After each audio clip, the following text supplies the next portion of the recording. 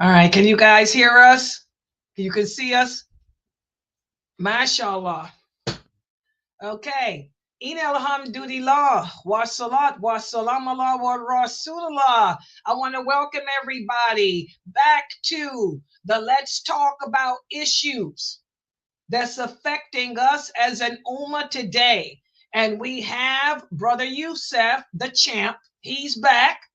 And today he's going to not only speak a little bit more about Andrew Tate, but he's also going to speak about what's happening in the European part of the world, the UK in particular, because we have to remember as Muslims, whatever happens there happens here. In fact, this is going on here in America too. It's just not on a higher plane. That's all. But so I want everybody to sit down and sit back, and yes, you can share us. Yes, please share this stream to all your social platforms. And with no further ado, I'm going to turn this over to Brother Youssef, and inshallah, you can start whenever you're ready. Assalamu alaikum wa rahmatullahi wa barakatuh. Thank you for the introduction. And I just want to say there's been a huge outpouring, a lot of views on the last video. I want to thank everyone for the support, obviously.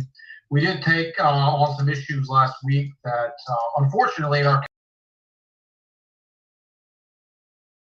Well, now, we've been hearing this now off and on in the media for the last 6 to 7 months, but it's been going on quite longer than that. And I want to give a take on it that I guarantee you've never heard before, because we are going to get to the bottom of every single aspect of this issue. We are going to understand the motivations. We are going to be sympathetic even to the British, as well, because we're going to be seeing exactly what's being done to them, along with what's being done to us, and how we are being pitted against each other for the sake of another, and two guesses on who that other is. We will uncover that as we go on, obviously. So a little bit of a follow-up before we start. Andrew Tate this past week, I talked about last week in the lecture about how he had been ripping his followers off with his crypto coins. Well, literally the next day after I had talked about the previous times he had done this, he had done it again. And apparently a lot of backlash, a lot of people canceling their subscriptions to his website, a lot of hate being directed toward this individual, because people were starting to see when I used those quotes last week about what his main head honcho, so to speak, had to say, that his chief goal in life was to liberate money from the idiots and funnel it into these supermen, so to speak. And I think the idiots saw Saturday they were kind of tired of playing that role and being there to benefit the pockets of Andrew Tate and his entourage. So hopefully we're going to see a little bit more of the tide turning. Immediately we saw this week Andrew Tate going out and bragging again about his charity. We can just read the Quran and find out what Allah feels about those who, did you see what I gave? You see what I gave those type of people? Because that's exactly what Andrew Tate spent this week doing. Because he knows, again, that the burner's on him. And, oh, wait, did I tell you I donated here? Did I tell you I donated here? He's trying to get it back, in good graces, particularly with the Islamic community, so to speak. So we saw that happening this week. Also in the news, we saw Donald Trump begin his administration, and he already pledged $500 billion with a B dollars to a gentleman who goes by the name of Ellison. Anyone who's familiar with the tribe, so to speak, knows what L in the name means, which ethnic group that is. And the project is going to be the development of, guess what, more mRNA vaccinations, now incorporating AI. And how it's going to work is you're going to go to your doctor, your scam artist, your drug dealer, your pusher, and he's going to do blood testing. And of course, he's going to find some possible traces of cancer in your blood. 20 years down the line, you might develop this, and they're going to give you your own customized death vaccine, basically, an mRNA for you. They're going to charge hundreds of thousands of dollars for this. And unfortunately, as always, the people are going to line up for something they've been told they might get. The parallels between this and the COVID scam are just eerie. I guess they didn't sterilize enough people or cause enough problems with their original mRNA. They're coming back for round 2. But that's how Donald Trump, began his week. So lots of things happening. And we're going to come back to that in a few weeks, because I was appalled at the COVID response of the Muslim community. It disgusted me. I fought with an imam about the mask policies and the things and tried to tell them the truth about what was going on, and I was basically ignored, told I was crazy. Later on, we've seen all that stuff was a bunch of rubbish. But we'll come to that, later. Just wanted to touch on some things that are going on.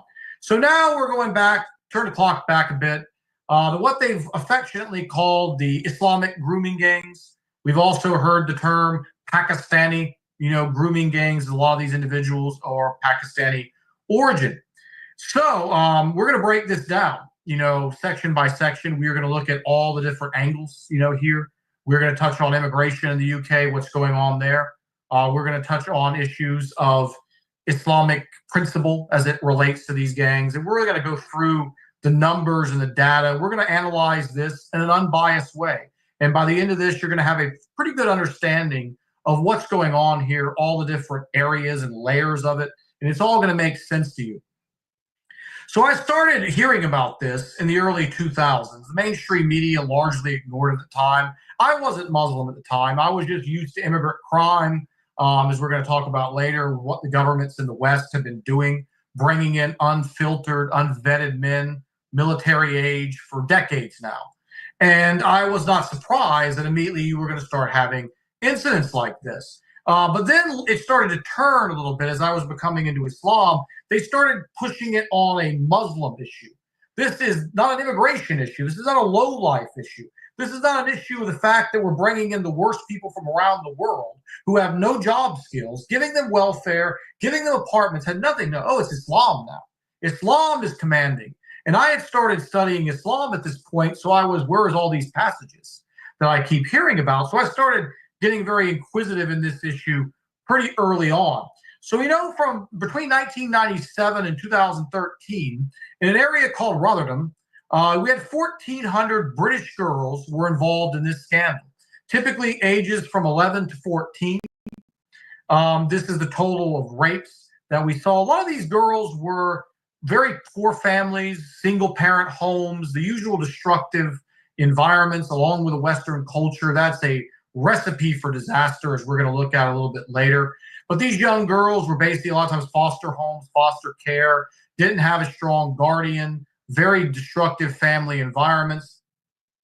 And they were open, for this type of thing. They were seeking, as we're going to look at later, they were actively seeking relationships with these older men, because they're coming from a culture where the British media is bashing their own men, calling white men the scum of the earth. This happens all day in the West. They praise the immigrants constantly, to the point that a lot of these guys become larger than life to these impressionable young girls, and they were approaching them.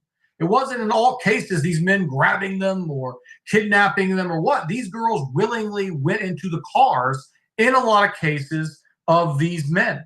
Now, we have different figures on the numbers of this across the whole UK, because at the time it was just confined to this Rotherham area. We had a gentleman who goes by the name of Lord Pearson. He would state in 2018 that it was 250,000. But when that number was scrutinized, what they found was he was taking the equivalent population of Rotherham and applying it to the UK as a whole, which is obviously unfair. There's different demographics, different social circumstances, and all these type of things. So this 250,000 number is just completely outrageous. Elon Musk would later come out, and Elon Musk said it's 1 million. And it's Elon Musk, so obviously it got massive headlines. Elon Musk could never really admit where he got that number from. In fact, I broke this down just to see how much ridiculous this number would be. And if that was the case, if you look at between 2001 and 2018, 8 to 9 million people in the UK were British girls of white origin, Caucasian origin, from 11 to 15. If Elon Musk's data is correct, this would mean that 1 in 9 British girls during that period of time in that age demographic were raped. Obviously, that's not the case. Elon Musk is doing this to just basically blow, on the fire, trying to make this situation, unfortunate situation, seem a lot worse, than it is. We've seen immeasurable damage done to Pakistani brothers and sisters who are doctors, who are healthcare workers, who had nothing to do with this. In fact, it's about 2% of Pakistanis had been involved in this, which if you look across all the demographic groups, it's basically even lower. So the majority of Pakistani men are not taking part in this. This has been something, again, that was the fanning the flames, so to speak. In fact, I saw a video that was done just a couple of weeks ago. There was a Western woman who went to Pakistan, and she was dressed in, kind of slightly conservative dress, but still not fully, you could say, Islamic dress. And she was treated in great respect in Pakistan. The people treated her great. Now, when these same women, as an example, go to India, it is completely different.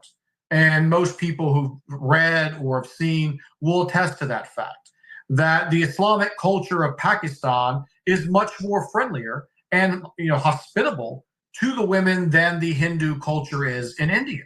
So I just want to say that for the Pakistanis who've been unfairly stereotyped, racial stereotypes harm us all. No matter what group you've been racially stereotyped at one point in time or another. Some, may, if you're African American, oh, you're all criminals. If you're white, you're a rich racist. You got white privilege. You're trying to oppress everybody. If you're this group, you're a rapist. If you're that group, I used to say if you're Saudi Arabian, you're from Saudi, you're lazy. Well, that one's actually true. If we got any Saudis watching, I love you. It's just a tongue-in-cheek comment there. But back to as we were saying, it's really unfortunate for anyone to be looked upon, in such a way as these people were. Now, the Muslim community, what did they do during all this period of time of 20 years? Well, the Muslim community pretty much was silent, on this, which again fanned the flames. They should have just simply came out and publicly said, we condemn this behavior. And it's irresponsible from this media to constantly put every single Muslim on trial for something that's not even our religion, because a member of our religion, at least in name only, happened to commit it. No other community on this earth has to deal with this. If there's a rapper and he's wearing a Christian cross and he's grabbing his privates and he's cursing every other word and saying violent this, drug dealing that, no one ever says, look at what the Christians are doing.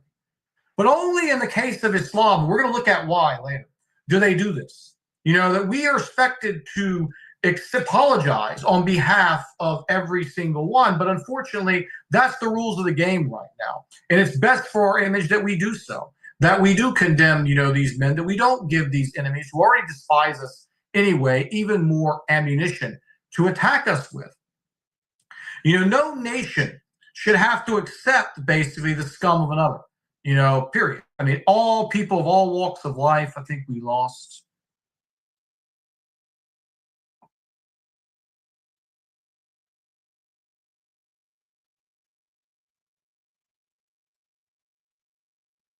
Can you hear me, Sister Layla?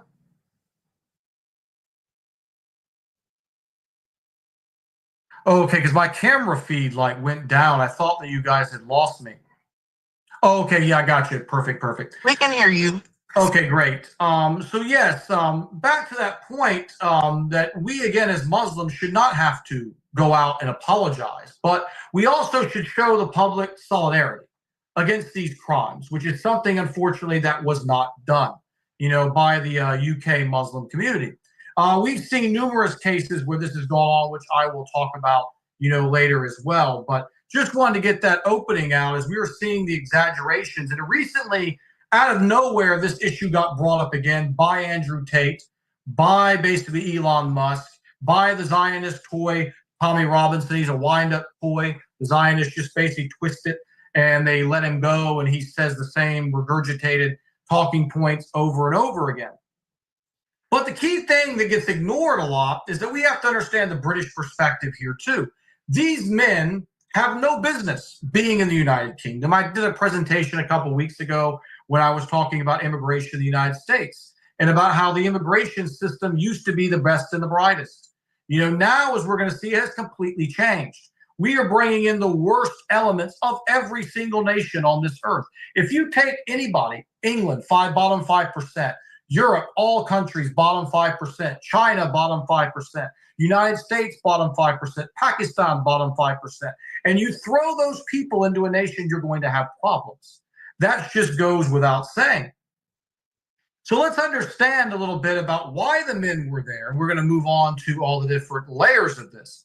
I will start this off by simply quoting a famous saying, revenge is a dish best served cold. And that's one of my favorite quotes of all time because it really, in many ways, sums up the individuals and the people that we are referring to. It meaning that when you want to plan revenge on a specific people, it must be time consuming. It must take time. It's more sweeter the more effort you put into it.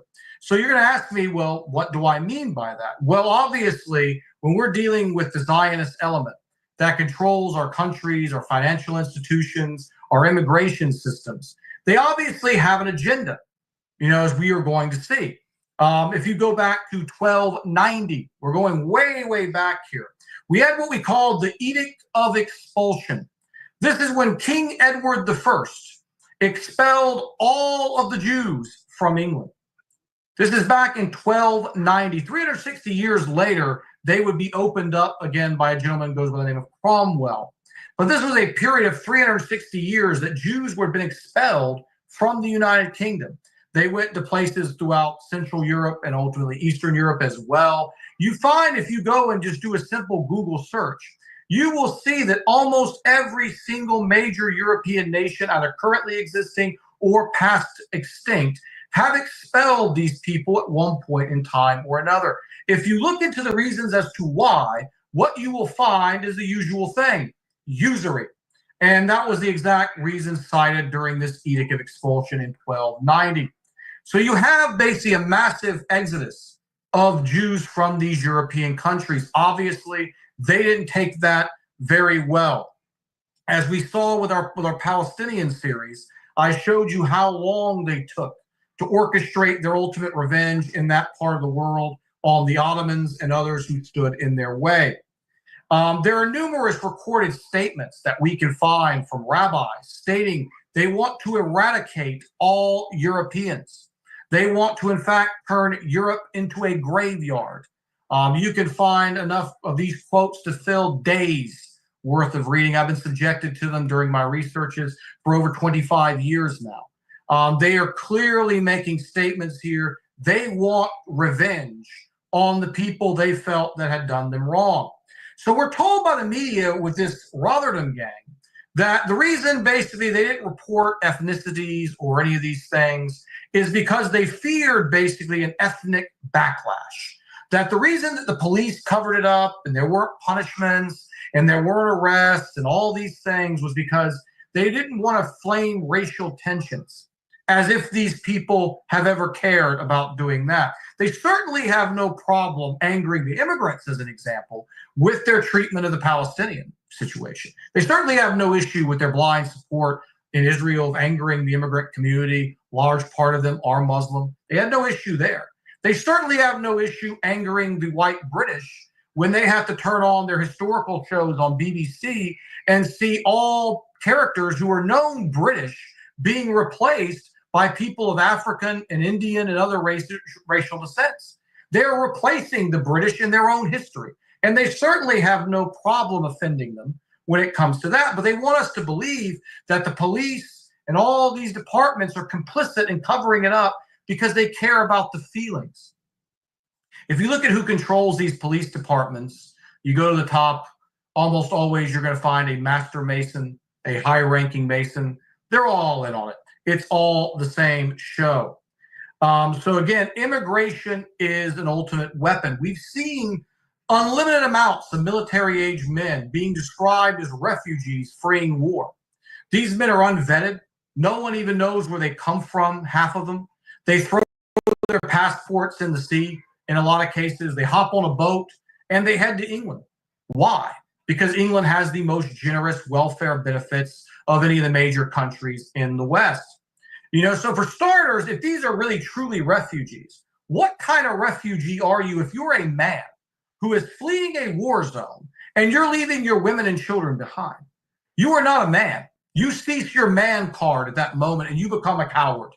I could never imagine a million years something bad happening in my country and me telling my wife and kids, hey, bye-bye, I'm going to go get welfare in England. I'll bring you later.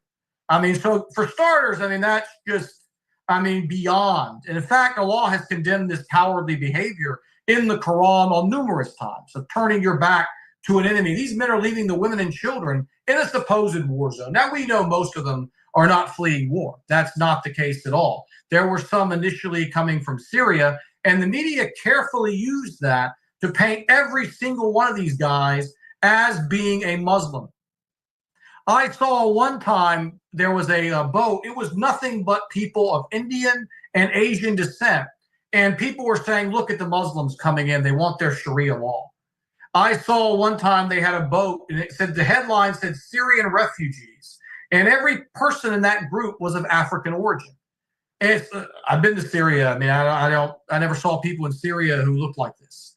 Obviously, it was again to start the Islam boogeyman. They're coming to bring Sharia. They want to get you, all that type of thing.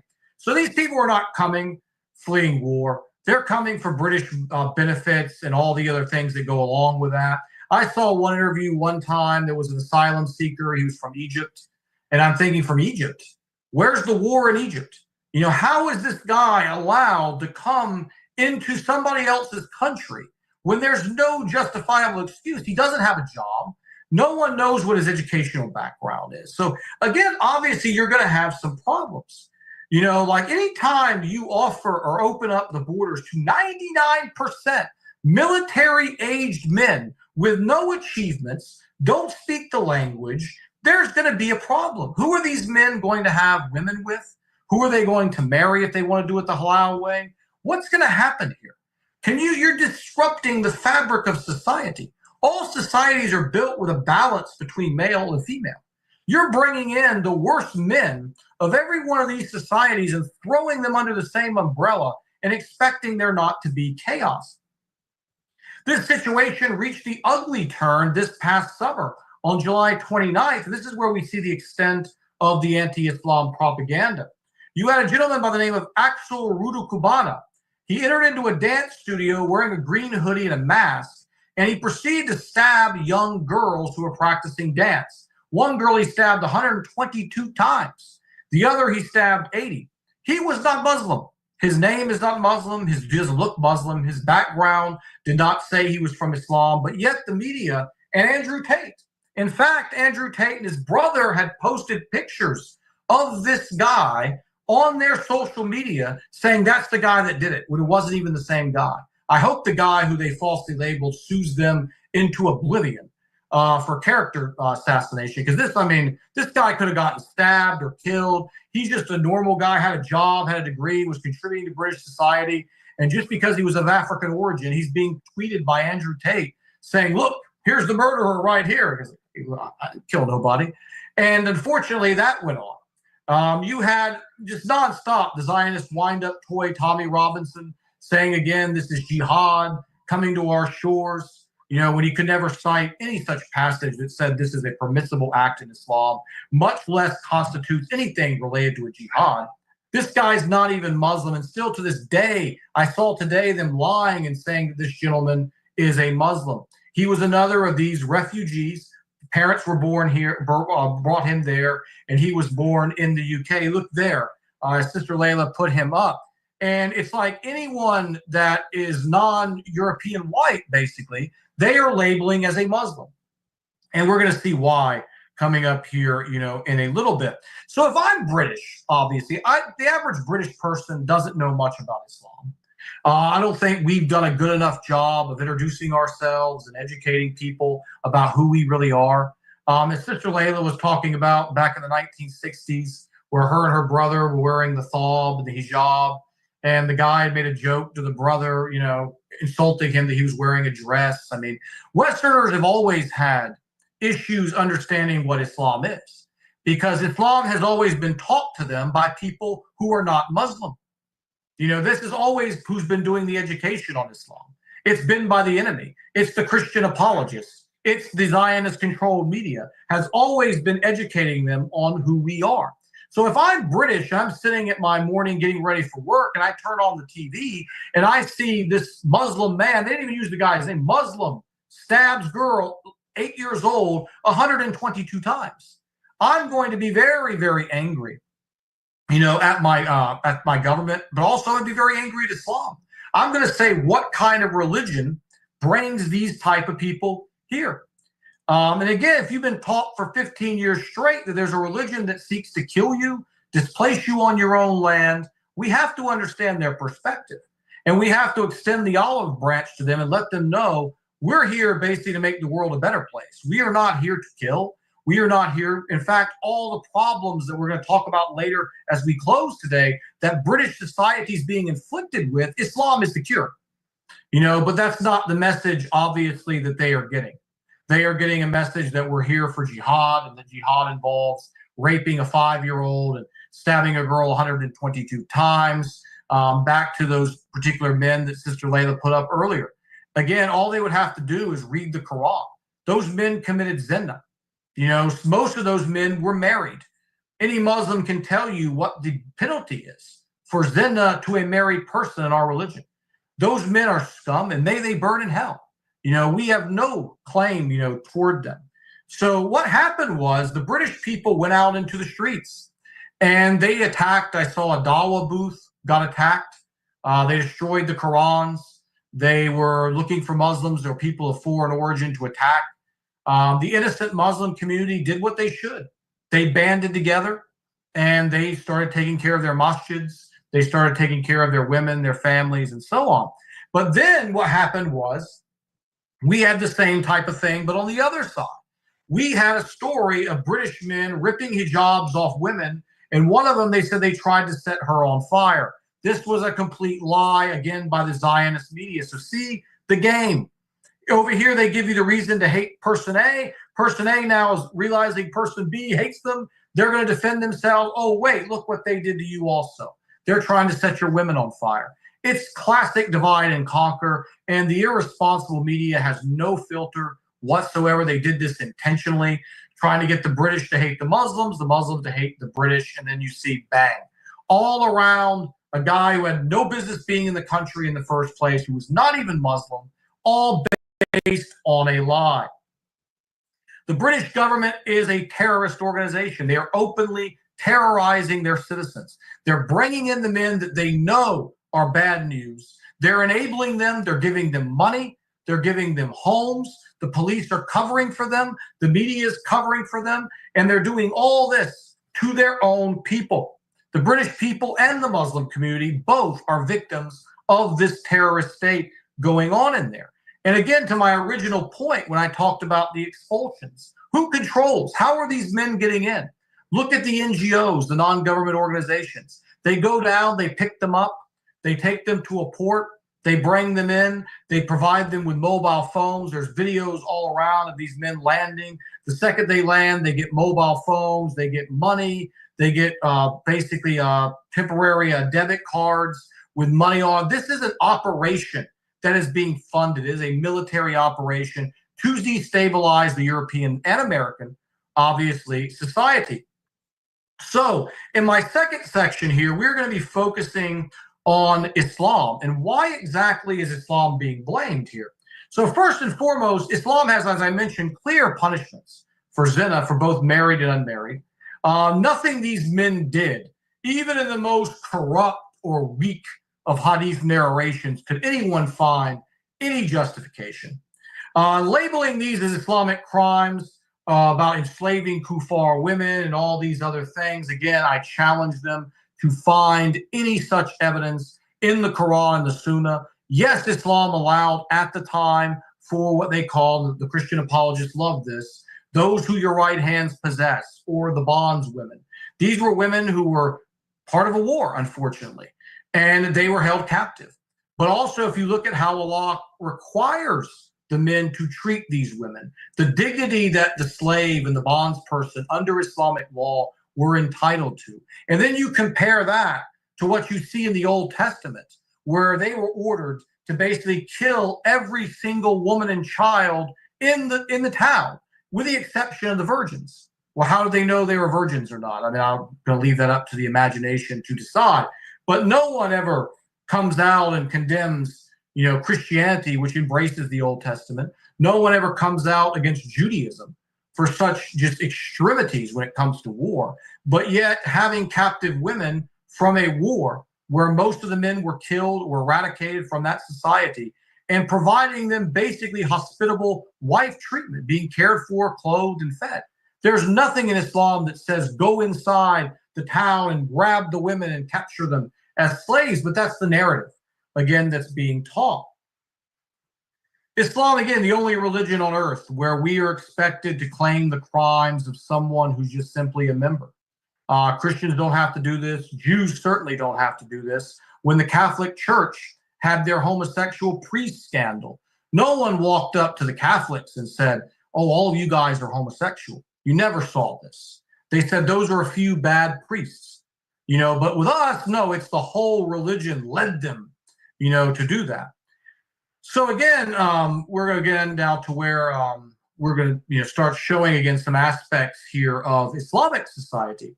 So if there's any Muslim, non-Muslim viewers, I want to ask them a question. Why is it, if Islam is so inherently dangerous, and Muslim countries would obviously be dangerous as well, if you have a religion that teaches you slaving the women, raping young children, all the other things they ascribe to us, why are countries like the Emirates, Saudi Arabia, Bahrain, Kuwait, Oman, Jordan, they're such high on the British tourist destination list? You go to any of those countries, they're filled with Westerners. Bahrain and Dubai, Bahrain, half the country is foreign, non-Muslim at this point. You see this everywhere. I lived in the Arabian Gulf for over 10 years. I can personally attest to the safety, and I did see some corruption there, but in terms of safety and crime, you can't beat it. You could lay on a street park bench in the middle of Saudi Arabia with a stack of money on your chest. I don't believe you'd honestly be robbed. In America, you could walk around 5 minutes, 5 seconds in certain parts. Not only would you be robbed, you'd be shot, as well. I talked even to Westerners during my time period over there. And one of the reasons they said they never wanted to leave was because of the safety.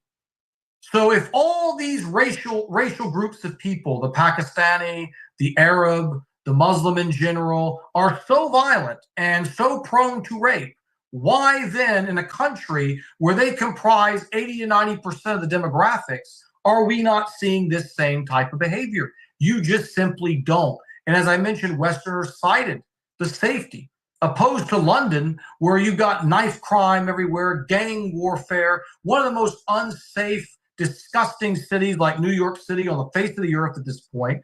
Why? If Islam is, again, that bad, we would certainly see something. But again, there's two main reasons for this, and they don't want to have that conversation. Reason number one, those countries actually bring people in for one reason. They work. The people that go to Saudi, Bahrain, UAE, any of these countries, they have a degree, they have a job skill, they have something that they're bringing to the country. They add. They're not just bringing a man because he's a man, obviously. They're not bringing people in who you don't know their educational background or their criminal history. These countries do a very good job of screening and vetting the people that come in. So whether you go in there, there's no welfare, there's no free handouts to non-Saudi, non-Bahraini, non-Emirati citizens. When you go there, you're going there to contribute to their society and follow the law. So you don't have any of this problem. You also don't have the ability to have a say in the government. No foreigner can come into Saudi or any of these GCC countries and start telling the people how horrible they are and they need to change for them and all the other things that we're seeing from some of these, immigrant groups. The Saudis then put everything pretty firm, on that. If you fly a foreign flag inside any of these countries, you're deported immediately. In America, they come here, they openly fly the foreign flags. You go to California, you think you're in Mexico. They fly the Mexican flag more than they'll ever fly the American flag. So again, the type of immigrant that the Gulf is bringing in is much different than the type of immigrant of these 99% men that I was talking about earlier. The second big point they don't want to talk about is something we call law and order. There's actually not full Sharia in these countries, but there is an application of it. You do see some of the Islamic strictness is still left. Not enough, but some of it is still there. None of these people would dare commit what they committed in the UK in any of those countries. They would get the death penalty. They would be executed. You'd be executed for pedophilia in Saudi Arabia. You'd be executed for rape.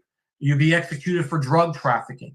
All the things that a lot of these so-called refugees are doing across the West, you would be executed for in these countries. When I went to the Dubai metro, I was amazed at how clean it was. No one spit on the ground.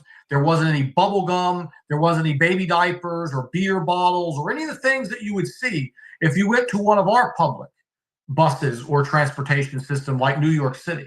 Because if you do, they've got a camera right there, and you're going to pay 4,500 dirhams or over $1,000 fine. And you're not going to be away because you're not going to be able to exit the country. It's going to, some cases, was even snatched directly from your bank account. So there's no escaping the fine. And yet you find beautiful, clean, everywhere you go inside of these countries. Truly amazing what law and order, decency, recruiting the white people, and this just blows their entire Islamic argument up. Because Islam, we're told again, is inherently violent. It's inherently rapist. Well, you should be having it 10 times the amount in Muslim countries, but yet we don't. You can even look at the sexually transmitted disease rate in Africa. African countries that are Muslim countries pretty much have zero rate of sexually transmitted disease. You look at Christian African countries, it's through the roof. It is just through the roof. I mean, I can get the statistics at a later date, but it's mind-boggling, the difference that Islam makes on the life. So Islam is not the problem. Pakistanis are not the problem. But again, why then such focus? Why so much resources into blaming Islam? Well, Islam is their ultimate nightmare. It truly is. And I'm going to show this in several stages here. Firstly, you have pornography, you have gambling, you have zina, you have riba, you have alcohol, you have drugs, you have LGBT, and you have pedophilia. Every single one of these is haram, in Islam. Every single one of them. So imagine if you made zina, adultery, illegal in the society. How many businesses are based in this country or in Europe on adultery? Bars, nightclubs, pornography, even the strip clubs, obviously. So much of the industries are based on people committing zina together. It is big business. These places like nightclubs would cease to exist. They would go out of business. There's no point, in going to strip clubs would cease to exist if we had decency laws. When you look at riba, the financial institutions, all are based on riba. Whether you want to buy a car or a home, how many billions and billions of dollars they make annually in collecting riba and keeping us as debt slaves, all would cease to exist. Their drive to promote the LGBTQ to further break down the family and lower the birth rates for their population reduction dream. Islam kills that, because it's very firm and strict. Alcohol and drugs, billion-dollar businesses, billions. Every bar, all the sports game alcohol sales, everything would cease to exist if we had an Islamic society. All their economy that it's based on currently would come crashing down. Islam is a threat. They cannot allow Islam to thrive unless it's, of course, the kosher, nice guy, compassionate Imam Islam that we're going to be talking about over the next few weeks with what I call Muslim 2.0. They don't want this. They want the chaos from the immigrants. They bring, as I said, the worst of the worst. But the good people that come to become doctors and nurses and contribute to the society, the women who wear the hijab, notice they're banning that. They're banning the niqab. They're banning the hijab. They're calling the hijab ugly and divisive. All the good things they want to attack from Islam. But they do want the people, to come, and they just don't want the Islamic culture. So again, about to bringing in the military age men, that's what they want, showing the seat of division. They want these type of things. And the Muslim community, obviously, again, has been complicit. There was a story from Spain where two of these, phony refugees, these were from Morocco, supposedly, they attacked and killed a Spanish man. They robbed him murdered him. And the imam there shielded them, from those men turning them in to the authorities. Later on, the men left the masjid. They were arrested later. So it wasn't like the imam was sheltering these men to protect them from vigilante justice. No, he was keeping these men, trying to get them off, trying to get them away. And luckily, the police later on caught them. And again, we see this time and time again. Sister Layla's told the stories to me in private about what's going on here in America in certain masjids where you see the same type of things, where our own community is covering up for the criminals based on their nationality. That's my people. That's my nationality. It doesn't matter whether it's right or wrong. You see this going on across the board. And it's just a big, big problem for us that really hurts our image. So as we go on to another phase of this problem that is excited by these grooming gangs, and that is the current decadence of the Western woman. So before we go on here, I just want to kind of preface this by stating that the Western women I'm referring to is not a particular racial group. These women can be white, they can be African-American, African, they can be Hispanic from South America, they can be Asian. When I say Western women, what I mean is that any woman who identifies, who binds herself to feminism, to openness, to promiscuity, and embraces the decadence of this culture, this is who we're referring to. And the role of the Western woman within this tragic situation here, because a lot of time, like I mentioned in my opening, you get here about the bad men. And yeah, the men are bad, no question about it. But at the same time, I mentioned also that these women willingly went. They talked about in one of the reports on this that they weren't targeting white girls because they were white. They were targeting them because they were easy, because they were easy targets. These men had no objection to raping their own women as well. It was just that the Asian women of their own community were raised in Muslim households, and they were less promiscuous. They were harder to get. So these guys basically were going after easy targets. We are going to cover later on. Here's an example of some of the British, people involved here in some of these crimes. You could see again that this sexual rape, it has no color. It's across the board, but yet we're only hearing, of course, about the Muslim, connection. We will do something talking about the destruction of the Western woman in a few weeks, but we're going to talk about a lot of that here now too. So most of these young, innocent girls that they've been described had active sexual relationships with these men. These women, as I mentioned, were seeking this. Reports show the men didn't mind raping and using their own women, as I also talked about. So this, again, was not a racial. These white British girls went willingly to initiate this process, while the Muslim Asian girls from traditional backgrounds were shying away, were not actively, getting to this.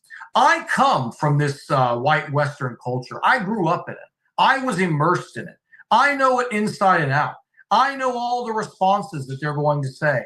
I know all how these conversations are going to go. And this is an extremely difficult conversation for white Western men to have.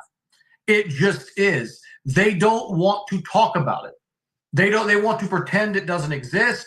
They will call me all sorts of names, and they'll say, oh, well, you're painting all women like that. All women aren't like that. There are some good ones. And yes, there are. But the vast, vast majority are bad apples. These women are becoming monsters. They are out of control. They're not the little princesses and the daddy's little girls that a lot of these men want to harken back to. These women are out here actively engaging. Just as an example, we saw a British woman recently. She had intimate relations with 100 men, 100 men in 12 hours. 100 men in 12 hours. And then that's not even the best part. She was immediately topped by a woman who said, I'll do better than you, came and did 1,000 in 24 hours. The 1,000 girl said that the first one had stole her idea and she wanted to show her how it's done. Now, in Islam, we have a saying about competing with each other for the best of deeds, competing each other in charity. in kindness, in prayer, in fasting. This is how these women are competing indeed. They are competing with who can fornicate with the most men in a period of time. Now, it got so bad that the feminists even are coming out for the first time in my life I can recall. Maybe it's happened, I didn't see it. But the first time I can recall, the feminists are saying for these women to slow down. Just slow down. You're taking it too far. You're teaching all the men around the world that Western women have no value and they're nothing more than promiscuous prostitutes. So even the feminists who were the springboard of this type of behavior, when they said, who are you to police a woman's body? Who are you to tell a woman what's right and wrong? Telling the men to step back and let the women be women. Now they're even saying it's gone too far. You can see these videos, and they're all over the place, of these women professing to having 3 to 4 partners a week. You just do the math, on how many that will be per year. And again, the guys will say, oh, you're painting them wrong. You're giving a wrong image of these women. I worked with these women. I saw the same girls who are considered to be good girls having 3 to 4 to 5 partners per month, in some cases. Some may have 6 or 7 per year. This, by Islamic standards, is unacceptable. And these hypocrites in the West who dare to attack the Prophet ﷺ for marrying 9 women, they always go, oh, what is sex monger, blah, blah, blah, blah. You just hear it never ends. But yet they never address these were his wives. He looked after them. He took care of them. Never do you hear them say a peep about the woman with 1,000 men in 24 hours. Never do you hear them say a peep about the average girl talking to 3 to 4 men at the same time and using each man for a different favor, all active sexually with those men. You never see them paint. They always say, oh, well, it's consenting adults. Well, wasn't the Prophet ﷺ's marriages consensual? As well? Weren't these consensual adults? Weren't these loving households? I mean, it's just the hypocrisy knows no bounds. It's just insanity. The way they attack us for the same thing they're doing in a much worse, way, even than how they're presenting, this. These modern women, they're not suitable life partners. They don't do anything in the home. They don't add anything to the marriage. They're broken. I mean, if you've been with that many human beings, you've had that many partners, is it even capable anymore for you to know love? It pretty much is not. And psychological studies have shown that. They are damaged. There's no way they're ever going to be able to be a loving wife anymore at this point. It's just, it's so far gone. And until the West is willing to have this conversation with itself about the condition of these women, problems like we talked about tonight are going to continue to happen. Because there's always going to be bad men of every racial group in every society. There's always going to be those bad men. And there's always going to be women making bad decisions with such bad men. You even look now at the films that are being promoted in Hollywood. How many of them now have a female lead actress beating up men? I've had women tell me, I don't need a man to be with me. I can take care of any man myself. These women are growing up watching these fantasy stories showing one woman beating up 3 to 4 men, and they believe that this is reality. They believe they can go out there and defend themselves in every situation. These girls go into an apartment with 8 men sitting there, and they're a victim at that point. They're getting kidnapped. They're getting assaulted. They're going to get degraded. They believe they were in control. They were the boss lady, so to speak. And it's going to continue to happen until the West has this conversation with itself. And after listening to what I've had to say tonight, I really don't want to be divisive, in any way, just calling reality what it is. That Islam is caught between an old ancient feud between the Zionists, the people of Europe. The Zionists want to destroy Europe. They want to use Islam to do it, but they don't want Islam to be left in the ashes. They want Islam to fall. Islam is their worst nightmare. A Muslim society is the worst thing they could possibly ever, imagine. They would lose all their businesses. They would lose all their tools and means of control. So they have to keep the boogeyman narrative going. They have to get us mutually to destroy themselves.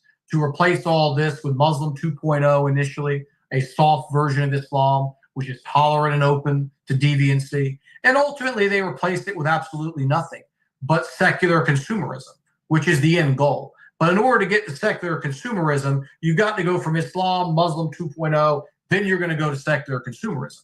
It's all within stages. But I hope I conveyed the message pretty clear tonight, what is really going on, over there, and how we can go about educating people that we meet on what the true Islam is. When people start saying these things, we point out to this Mr. Axel, he's not a Muslim. No one's ever proven he's a Muslim. His attacks are not consistent with Islamic teachings in the Quran and the Sunnah. Zina is punishable by death for the married person, punishable by lashes for the unmarried. Most of these men were married. Rape on any circumstance is forced zina, it's intercourse, illegal intercourse, and is to be punished severely. Non-Muslim countries filled with violence, rape, gangs, and drugs. Muslim societies, clean for the most part, healthy, safe. People are flocking to them. British people love to go to Dubai. Why? If we're so violent, why are our countries so peaceful? I'll close on that. And Sister Layla, we're ready for questions and discussion.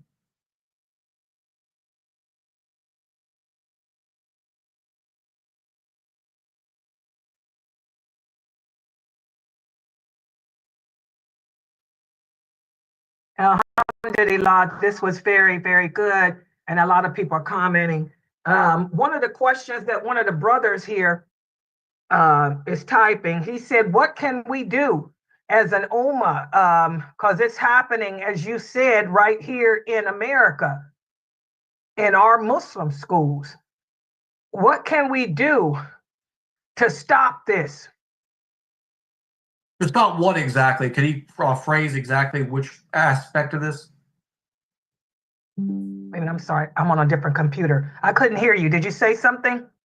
Yeah, I was asking, could he clarify which part exactly did he want us to have some advice on how to stop? Okay, I'll wait for him to type. And while he's typing that, his response, another sister here said, this is horrible and it's something that needs to be discussed more. She said, a lot of these women, like you say, they willingly engage in these relationships with these men. Mm-hmm. And then when the men don't continue to do them money, I guess she meant give them money, yeah. Give them the money that they promised them, then they cry rape. Absolutely. She said the men need to stop thinking with their lower parts and think with their brain. And I get, very good comment, sister. I get really upset when I watch, last summer I believe, there was a couple of European girls who had supposedly converted to Islam, supposedly, because I didn't see really any changes in what they were discussing, how they were behaving, and they were still wearing makeup and still, they still had that in them. And the amount of marriage proposals these women were getting, it's like, it was just insane. They had to stop. They were even talking about, there were thousands of marriage proposals per day. These Muslim men were so dying to be with these women. It just shocked me. I mean, when I see these women, I just see blackness in the soul. I don't have any kind of attraction to them whatsoever. But all they have to do, and it's a new grift now. There's the girl, I mentioned her last week. She's full hair out, makeup, lip surgery, the whole 9 yards. And she's doing chat GPT analysis of Islam, speaking fondly of Islam. And you see all the comments, oh, will you marry me? Will you marry me? And she's making tons of money. These men are donating to her, financing her. I mean, it's just beyond sickening that in our own community, we have such a weakness that we want to be like this society so much that any little bit would just jump right in there and just become, what's the Christians to the slaughter, so to speak, as in the old days of Rome, marching right into the lion's den. Exactly. The brother here is typed, he's retyped. Mm-hmm. He said it's happening here and the imams want to brush it under the rug. What can we do to make the imams of these Islamic communities hold these sick men accountable for what they are doing to our children And it's instead of disgusting. sending them back across the ocean. Absolutely. And Sister Layla first let me know a few months ago about this. I mean, it's just beyond disgusting. And you see the racial preferences of a lot of groups. Unfortunately, the nationalism plague is still there. And I mean, I personally have not gone to mosques before because I knew there was corrupt activities going on in them, and I stopped going to them. I mean, outside of law enforcement, if we have the evidence, obviously, accusing someone without evidence is always a very dangerous ground. I would have to be in the situation. I mean, me personally, first thing I do is refrain to remove myself. I will not pray behind any imam who I know is involved in these type of improprieties. It's just me. If we have any evidence, obviously there's some legal channels that we can pursue. But raising awareness, this is not to be tolerated. And like I said, hopefully with Andrew Tate getting taken down by some of the large Muslim community, much bigger than we are, we'll hopefully see that take him down, and one by one the dominoes, because we have corrupt leadership. We have leadership that needs to be replaced. We have men who've done nothing but lead us to the slaughter, and their time is up. And our time is now. Real Islam's time is now. Get rid of these people. All these social media influencers, these phony dawah guys, they're doing nothing but giving us lies, not giving us the full magnitude of the problem, feeding the enemies. Most of these dawah guys are the Christian apologist's best friend. They give them content every single night to talk about, to show how bad we are. And it's a problem all the way from grassroots, lowest level, all the way up top. We need new leadership. Okay, I got it, Brother Bernard. Brother Bernard here typed, he said the Dawah guys are the ones that made people like Andrew Tate famous. Mm-hmm. They need to be taken down too. The Yep. Dawah guys are the ones that's destroying our ummah and our youth, because every time a so-called celebrity converts to Islam, they make like it's God himself, and they put these, he stopped there. Okay, I see it now. They put these people on platforms they should not be on. So the Dawah guys are I guess he means the problem. Absolutely. Those Dawah guys have been anointed by the YouTube gods of algorithm, if you will. Most of them, there's one guy, I don't remember his name. He was in a video with Sneeko. I had never even seen him before.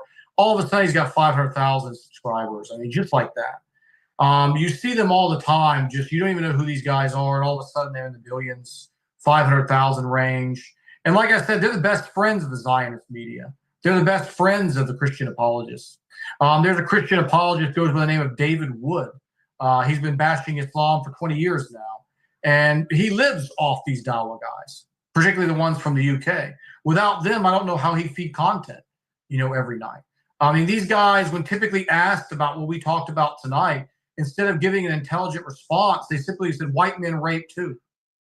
Well, who cares if white men rape too? Who cares if black men rape? All men have bad men. There's bad men, bad women. There's criminals in every group.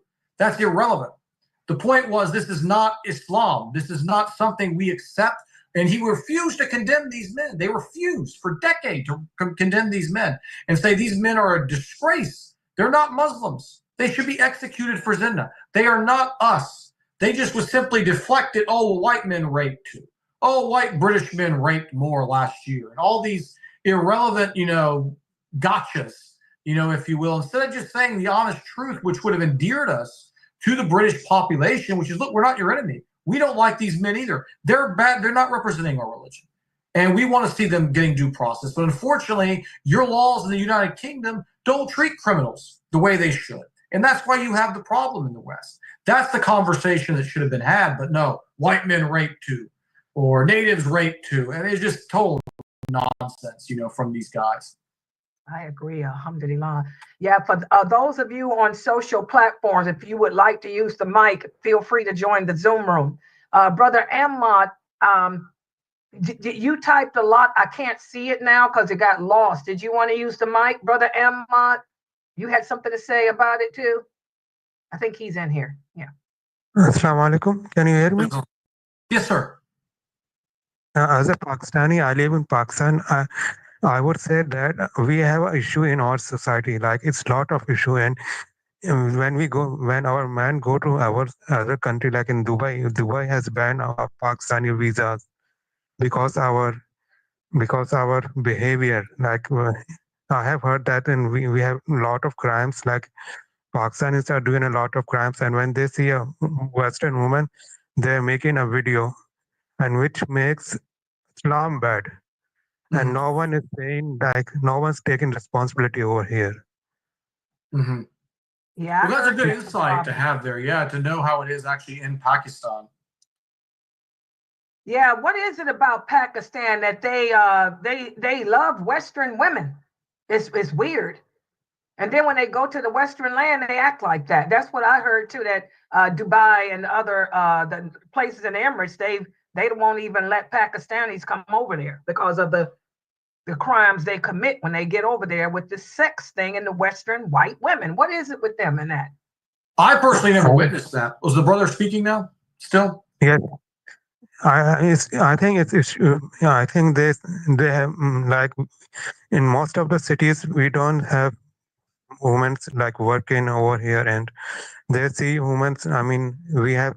I don't know what's the issue. Like to be honest, they have sick mentality when they see a woman, and it's not safe for women in Pakistan. Like That's what somebody told me, that it's not even the Pakistani women don't feel safe with the men. And if you look at some of our shows here in America, I mean, this is a good point that Brother Ahmad brought up.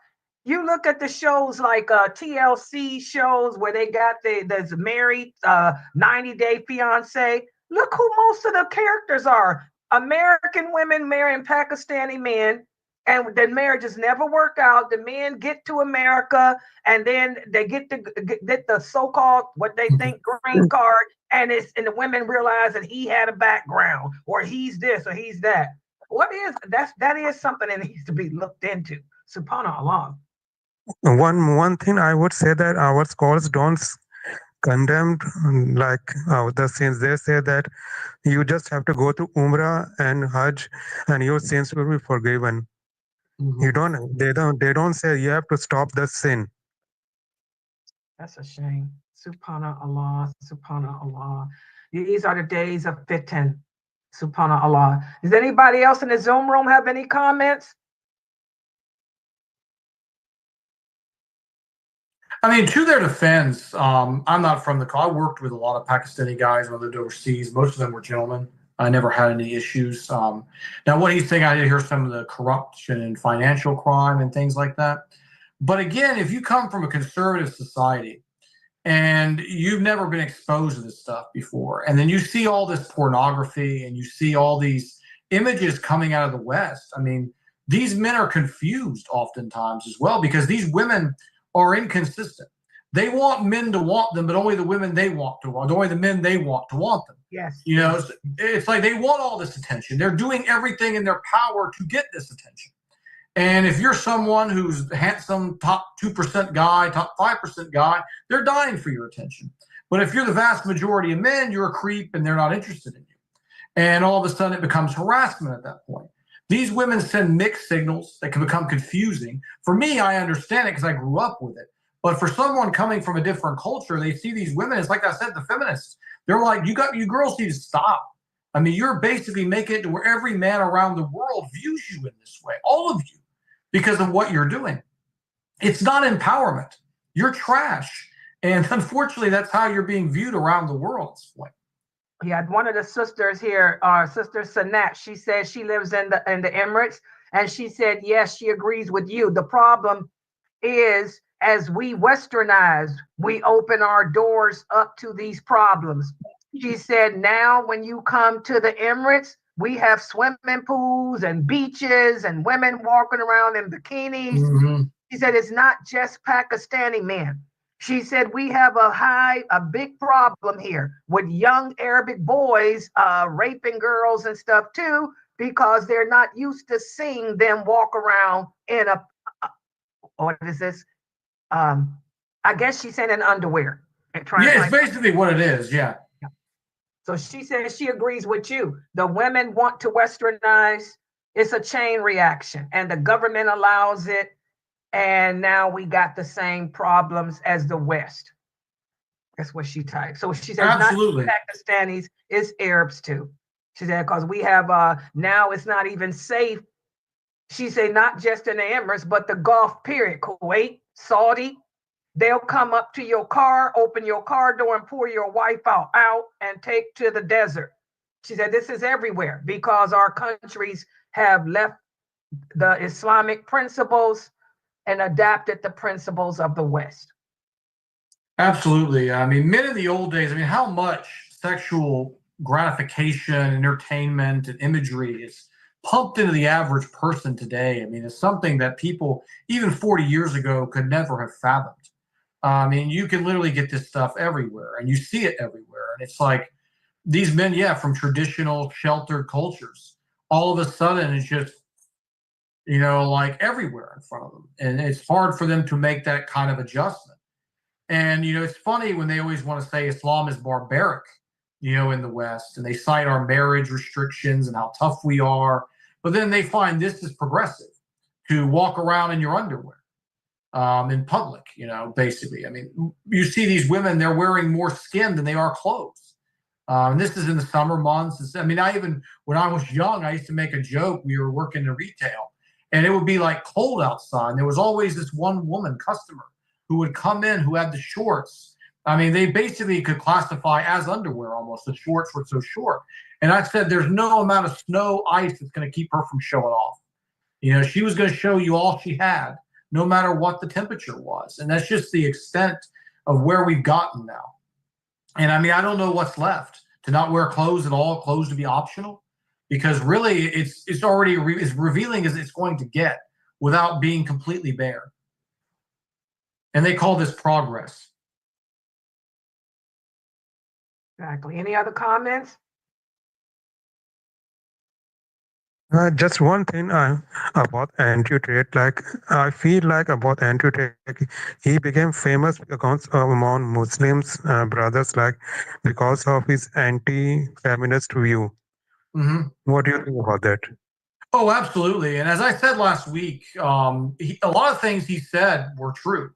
When it talked about how the society has demasculated men and how men are basically victims of the Western marriage court system. I mean, so many things that Andrew Tate said in the beginning, I looked at like, I agree with this, but it was his arrogance, his personal life, his pornography, his anti-Islamic practices, and then, of course, his phony conversion that ultimately turned me on him, his money-making scheme and ripping off people and things like that. But when he first came out, he got big, as you said, because he was speaking to men something they hadn't heard.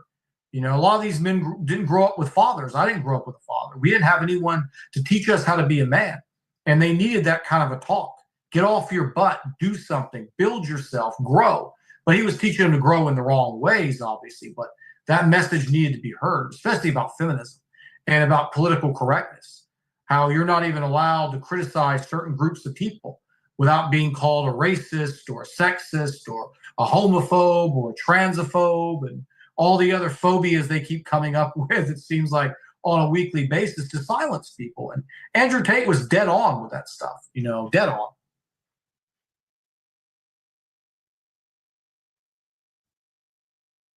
I think that's all the comments that we have here. This was another great session, Brother Youssef, and we really appreciate you coming, speaking about this topic and more. Alhamdulillah. Dr. Jamali, did you want to add anything? Is Dr. Jamali here? I don't think he's here. SubhanAllah. Okay. All right, guys. Well, inshallah, if there's no other comments, we're going to close out for tonight. And then next week, the brother here is asking, what will be your topic next week? I think I was going to get into Muslim 2.0, which is the new thing that's being indirect. I came up with a term myself, which is showing where they're trying to take Muslims, particularly individuals like Sneeko are kind of the embodiment of this, and how they're using social media to change the definition of what an average Muslim man is in the eyes of the Muslim youth. So when the Muslim youth views someone who's Muslim 2.0, it's okay to do shows with OnlyFans models. It's okay to talk to strippers. It's okay to hang out with a guy who talks bad about the Prophet Sallallahu Alaihi Wasallam. It's okay to have a guy drink alcohol right next to you on the stream. And this goes beyond in all of this. So we're seeing that really trying to change the behaviors and the tolerances of Muslims to accept the haram and get confused about what halal and haram even mean anymore. And Muslim 2.0 is here.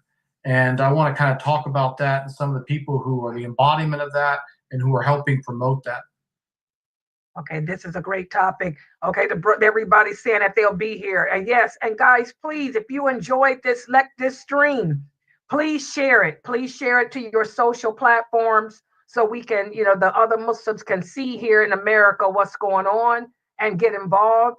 And inshallah, please make sure that you guys subscribe to our YouTube channel. And also don't forget to support this dawah effort. Look at the ticker that's going back and forth. Please support us. And inshallah, we're going to log out for now. The Islam Q&A show. My Q&A show is at 9:30. Bring your questions about Islam. And we're going to close out for now. Subhanakallahumma wa bihamdika ashhadu an la ilaha illa anta astaghfiruka wa atubu ilaik. See you guys at 9:30, inshallah.